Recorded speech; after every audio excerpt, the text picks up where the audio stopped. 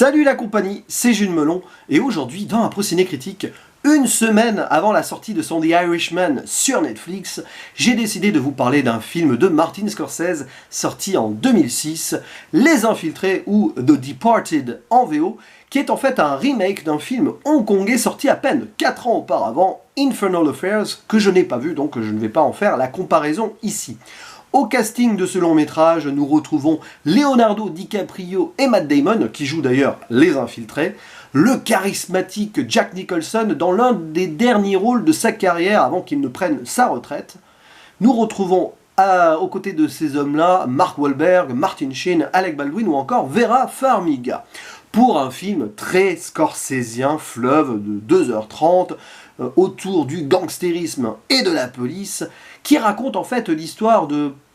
les trajectoires parallèles et en fait qui se croisent de deux jeunes gens qui vont jouer la taupe, l'indique si vous voulez, l'un policier dans le camp des gangsters et l'autre gangster dans le camp des policiers, pour faire simple. Et on va suivre donc l'évolution de ces deux personnages principaux tout au long du métrage, qui ne vont d'ailleurs jamais se croiser, si ce n'est évidemment dans le grand final, un petit peu à la manière d'un Heat de Michael Mann, avec les personnages de De Niro et Al Pacino qui ne se croisent véritablement jamais,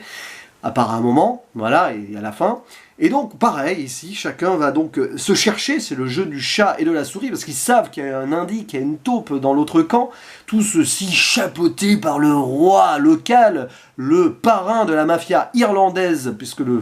film se déroule à Boston, Frank Costello, qui est d'ailleurs inspiré d'un véritable gangster de Boston, joué par un Jack Nicholson au top, quoi, ce côté très démoniaque et machiavélique, et on y reviendra d'ailleurs sur le côté démoniaque de Monsieur Costello. Et voilà, donc forcément, au début du film, il n'y a pas vraiment d'ailleurs de suspense, on sait très vite qui est infiltré dans l'autre camp, ça aurait pu jouer là-dessus, sur berner le spectateur et tout, mais pas du tout. Dès le début, sur un flashback, on voit donc Costello prendre sous son aile un jeune garçon qui pourtant a des bonnes notes à l'école et tout, mais en lui offrant donc la voie du gangstérisme, et ce jeune garçon qui s'appelle Colin Sullivan devient policier d'État plus tard, une vingtaine d'années après, mais toujours sous l'aile de Costello, donc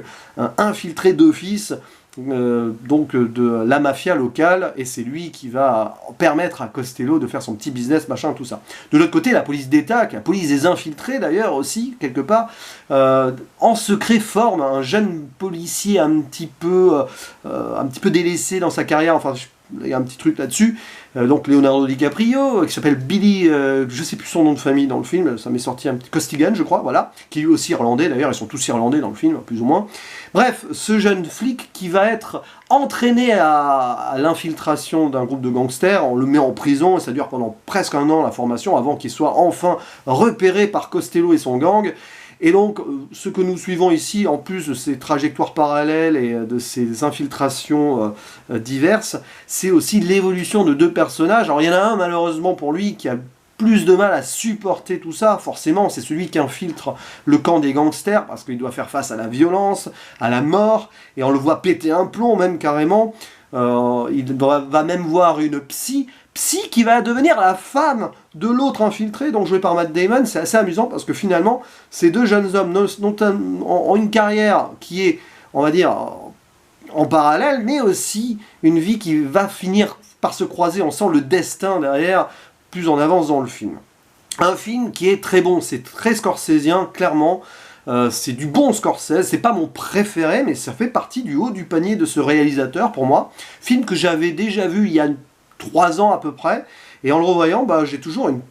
vraiment un très bon ressenti dessus. On ne s'ennuie pas vraiment, même s'il y a quelques petites scènes de longueur et tout, mais bon, Scorsese il aime bien développer son cinéma, c'est normal, avec des bons dialogues, avec des situations qui vont un petit peu préparer ce qui va se passer par la suite, donc c'est normal, c'est un beau build-up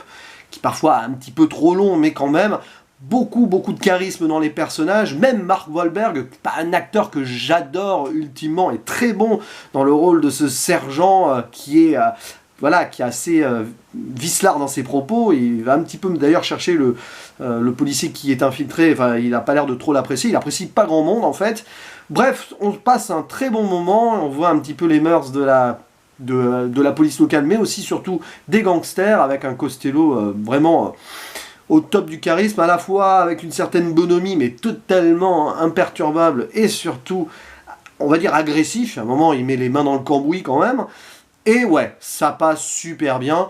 Bon, qu'est-ce que je peux dire de plus, si ce n'est que, qui dit film très scorsésien, nous avons évidemment tous les ingrédients de Scorsese, donc des personnages qui sont borderline, à la limite de péter un plomb, je le disais pour Billy, joué par Leonardo DiCaprio, mais finalement, le personnage de Matt Damon, même s'il est beaucoup plus contenu en lui, on sent quand même parfois que ça se craquelle derrière sa tête, notamment cette relation père-fils qu'il entretient avec Costello, mais qui va remettre un petit peu en doute à un certain moment tout ça machin.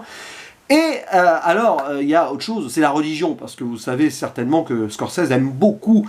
mettre la thématique de la religion dans ses films, et ici elle est très prégnante, je trouve, dès le début du film d'ailleurs, on voit qu'autour de la mafia irlandaise à Boston, l'église catholique est ultra présente, c'est normal, ça fait partie des traditions et des origines des Irlandais installés aux États-Unis. Et Costello, lui, il rejette totalement la religion, il insulte même des prêtres à un moment, franchement, voilà, il est totalement contre ça, et ça fait de lui donc un personnage diabolique, c'est vraiment le diable en personne, ce personnage-là, avec un sourire très, voilà, c'est du Nicholson, quoi, il n'y a pas de souci, et le personnage est très bien joué, l'acteur est donc très bien choisi pour ce personnage-là. Et bon, donc oui, et puis il y a aussi certaines morts de personnages principaux, je ne vais pas spoiler ici, je vous rassure, mais vous pouvez vous attendre que certains soient en danger quand même, c'est du Scorsese. Certaines morts qui sont annoncées avec des croix qui apparaissent dans le décor, alors ça c'est subtil. À un moment il y a voilà, le cadre de la fenêtre en arrière qui forme une croix, machin, et le personnage meurt derrière. Il y a aussi un truc, une croix dessinée au sol un moment avant la mort d'un autre personnage, voilà. Ça, Scorsese, il a voulu un petit peu mettre ici, voilà, le doigt de Dieu qui annonce le foreshadow en anglais on dit le fatum négatif de ces gens qui vont y laisser leur vie parce que ils font pas des bonnes choses, tout simplement, parce qu'il y a quand même une certaine morale qui est conservée, même si à certains moments, quand même, on peut se poser la question. Mais c'est superbement,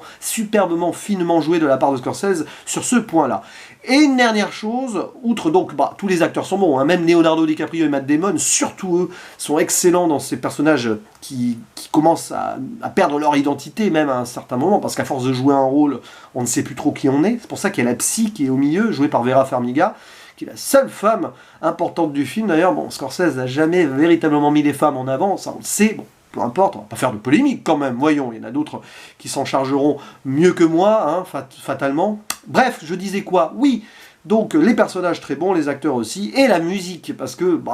c'est aussi une habitude chez Scorsese, souvent la BO est partie prenante du film, et ici elle est vraiment bien soignée, avec des morceaux assez rock au final. Bon, il y a du Pink Floyd, Comfortably Numb, il y a Dropkick Murphys, un groupe irlandais de folk rock, qui a une chanson thème qui apparaît 2 fois quand ça bouge un peu. Il y a aussi évidemment les Rolling Stones. Bon voilà, les Rolling Stones, Scorsese, on sait que c'est une grande histoire d'amour. Bref, rien de plus à dire sur ces infiltrés, si ce n'est que c'est donc un de mes Scorsese, pas préférés, mais que j'aime beaucoup. Il y en a pas mal que j'aime beaucoup aussi de ce réalisateur-là, donc c'est pas une surprise. Film que je vous conseille de voir si vous avez le temps ou si vous ne l'avez pas encore vu d'ici la sortie de The Irishman, parce que Irishman, irlandais, ici ça se passe dans un contexte de mafia irlandaise, il y aura peut-être quelques ponts forcément qui vont être installés entre ces deux œuvres, même si Scorsese est capable de toute façon d'aller au-delà de ses propres œuvres évidemment, dès qu'il nous en propose une nouvelle. C'était donc ma vidéo, mon avis humble et en impro sur Les Infiltrés de Departed de ce grand monsieur du 7e art. Je vous dis à la prochaine. Et, dernière chose, allez voir la vidéo de Sinoche de Banzai, un ami du UCU de notre collectif, qui en a publié une plus tôt cet après-midi, si tout va bien. Alors là, je ne sais pas, j'espère qu'il n'y a pas eu de problème technique. Et c'est assez drôle à souligner parce que on ne s'est pas consulté et on a fait donc une vidéo sur le même film en même temps. Voilà, c'est marrant, non? Allez, je vous dis à la prochaine. Ciao.